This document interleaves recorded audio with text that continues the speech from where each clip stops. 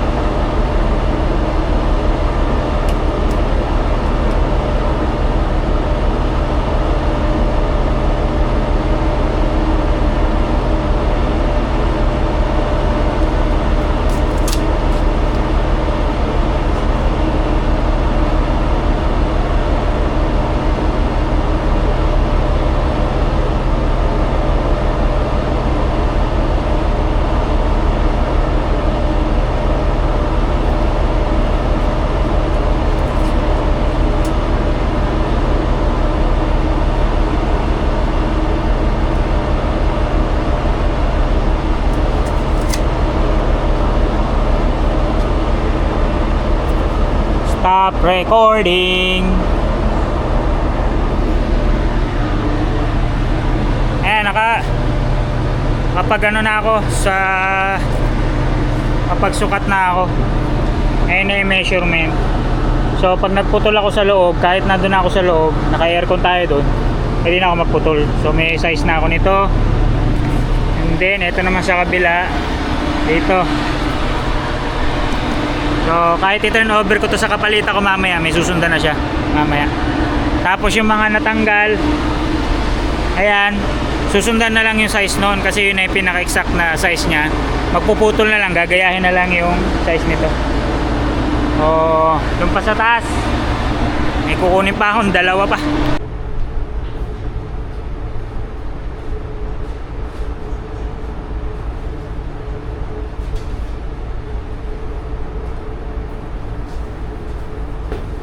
Ito na yung mga tatahiin natin, susukatan.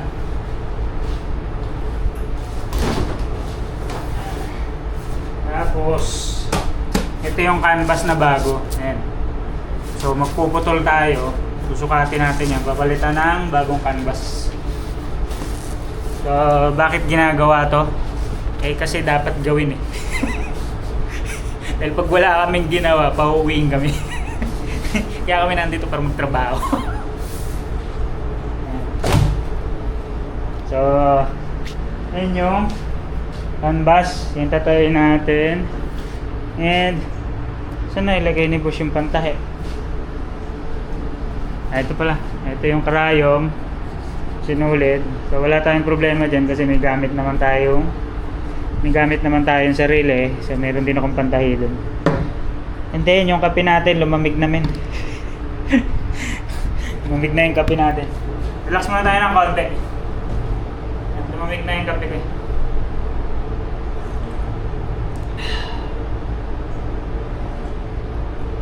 Pagkatas kasi kumain, nagkakape ako o nag-hot water ako para ma-flashing yung mga fats or mga oily na kinakain natin sa barko. Dahil halos everyday mamantika yung mga pagkain natin sa barko, prito, sabaw, may fats. Kaya flashing muna tayo.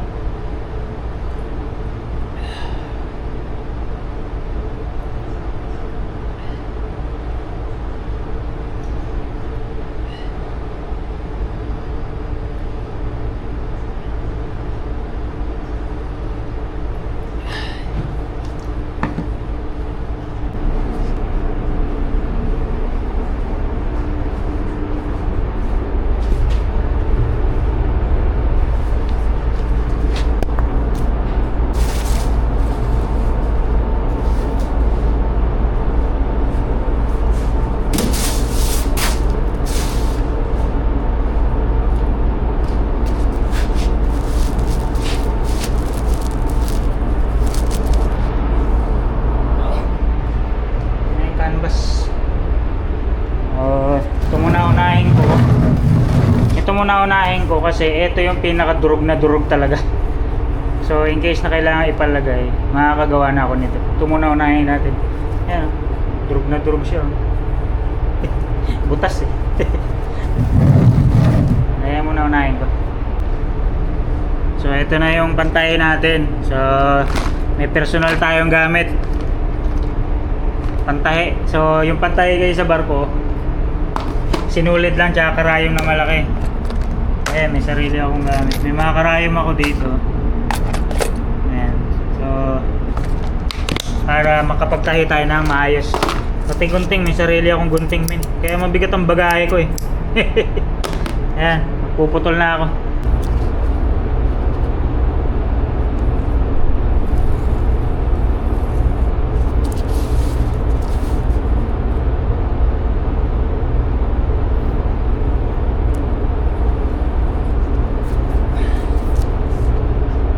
Ito na siya, and then ito na yung sukat ko. Ito na yung magkabilang side, and ito naman yung sa ibabaw, parang pag ganun ang gagawin ko. Tapos magkabila lang na side, ito yung magkabilang side. Ito naman yung pahaba sa ibabaw. So putol na tayo. Oh yeah.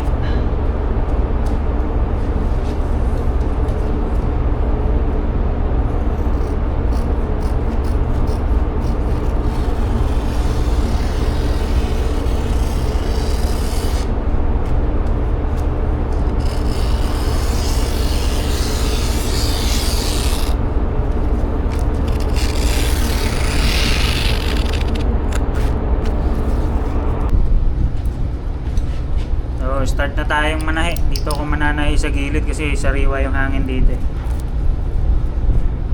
Saka ano, maluwag yung space. Pero mamaya, kasi by birthday kasi ngayon, nandun pa sila sa TV room, ginagamit pa nila. So, pagtapos nila doon na lang kami lilipat ng mga kapalitan namin. Nandito, tatahi muna ako. Dito na ako magtatahi.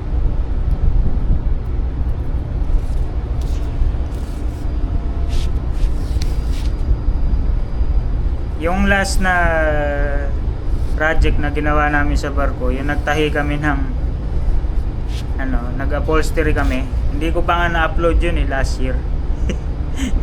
Mga this few months i-upload natin yun. Makita nyo yung tinahi namin DIY. So, nag-DIY tayo ng mga ano doon, ng tawag dito, tayo doon ng upholstery. Ano tayo nag-upholstery ano doon, upholstery mismo. Kasi ayaw bumili ng kumpanya ng bagong upuan. Imbis na upuan ng dala, upuan ng binili ng dry down, ang binili canvas. Then bakit canvas? Doon yung malalaman sa video na yon. Kaya kailangan panoorin nyo yung video na yon. Imbis na upuan ng binili canvas. So magtatahi muna ako dito para ano, sariwa yung hangin dito. Wala lang ako upuan kasi ano na lang 20 minutes na lang sa safety rounds na ako kaya hindi na ako muna upuan. Pero maganda rito may upuan ka para relax ka. So tingnan nyo na lang. Ito pa lang yung unang gagawin. Ilang piraso yun na tatahiin. So kailangan ng enough time para magawa siya.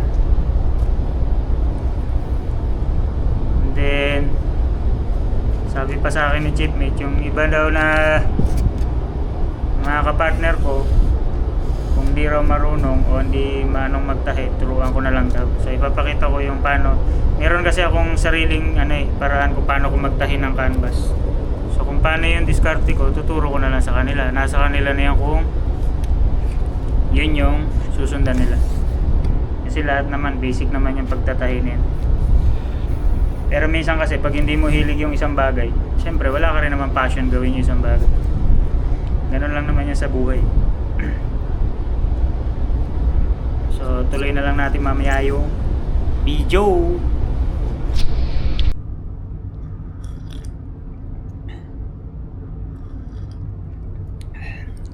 Good morning. So ito na yung pinutol ko kahapon. Ako yung nagsimulang magtahi. So tinuloy ng mga kapalitan ko. Great project po pa kayo. Tek, pasok. Project po pa. Okay. So checking ko muna yung pupa kasi tatakbo ata. So ito na yung ginawa natin kahapon. Tinahi na nila. Ang tatahiin ko is tatahiin yung gilid kasi nauubos siya. Natatastas, kailangan tahiin yung gilid. So punta muna ako sa pupa, pinapacheck yung AF kasi magte-test ng engine. Tutuloy ko lang yung tinatahi ngayong araw. And yun, kape.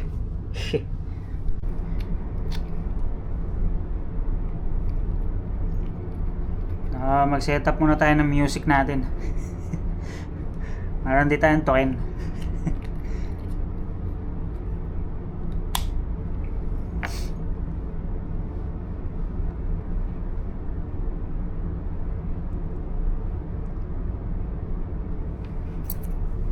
And then start na tayo magtahi.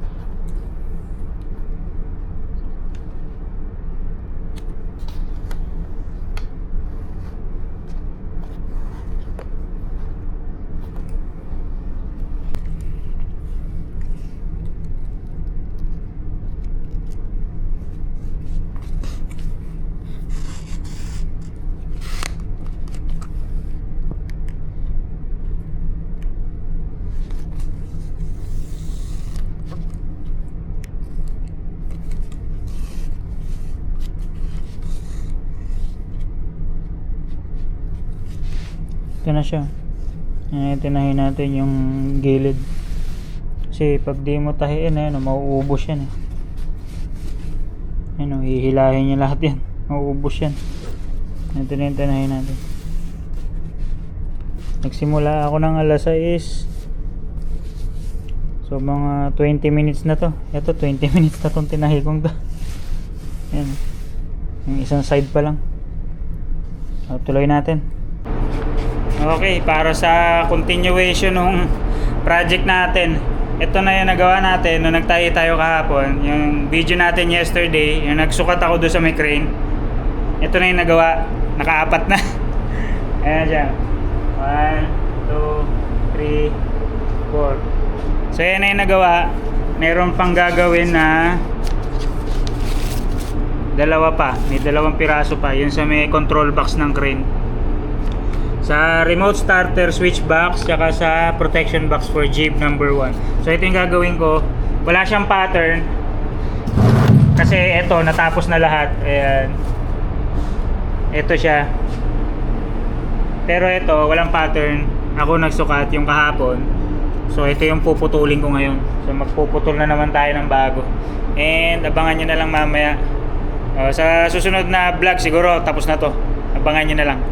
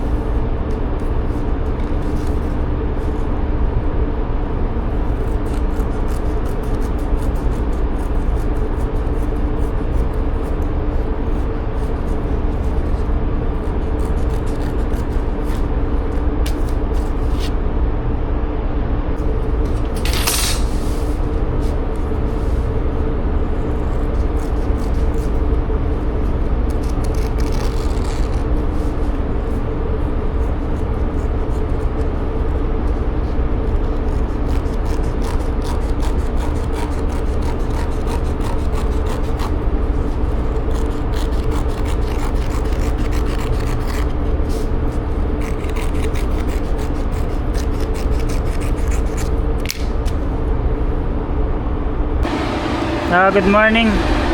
Tapos na yung yung canvas, ikakabit na natin. Ito na siya. Tapos ito na yung panali. So ikakabit na natin siya dun. Kabit ko na siya. Pag natapos ko, pahinga na raw ako, sabi ni boss.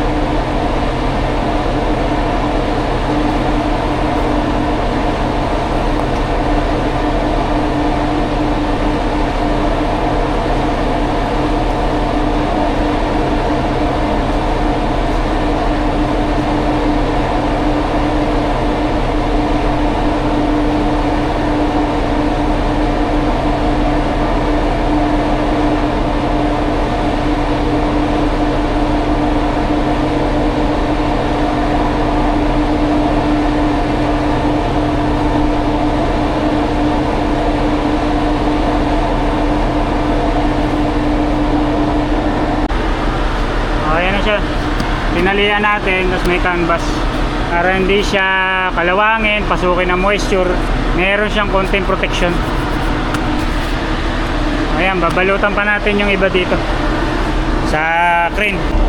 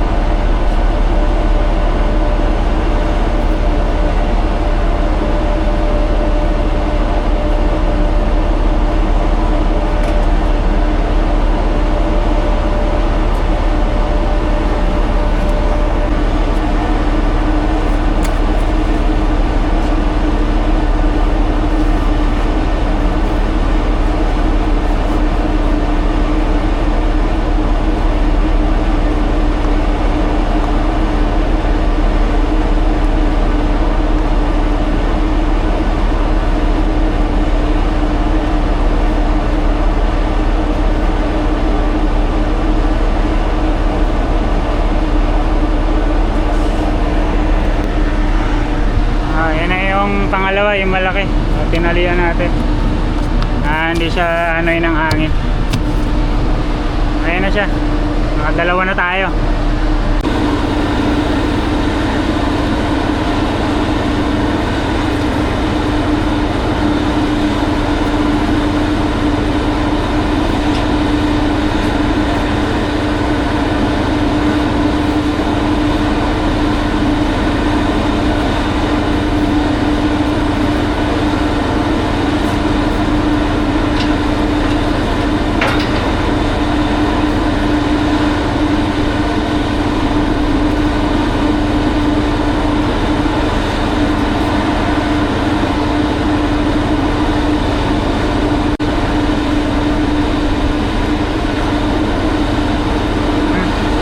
Dito napapakinabangan yung bowline. Napakinabangan niya yung bowline dito. Tapos gagawin ninyo.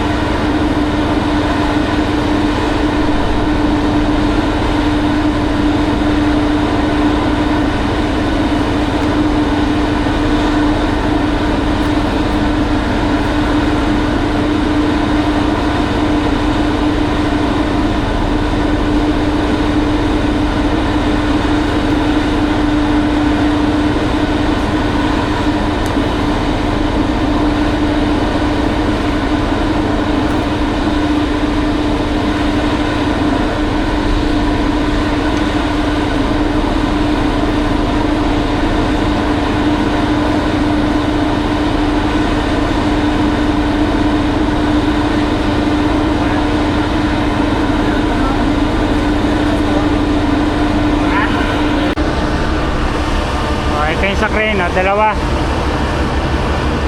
Okay na. Isa na lang. Dito. Nalagyan ng cover.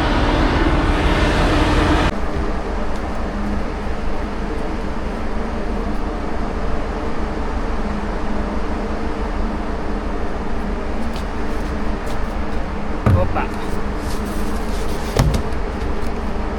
So, nandito ako sa store. Iligpit ko na yung halyard tsaka yung canvas. So tapos na natin yung project natin. And dito na magtatapos yung ating mini vlog na pinangalanan kong Canvas.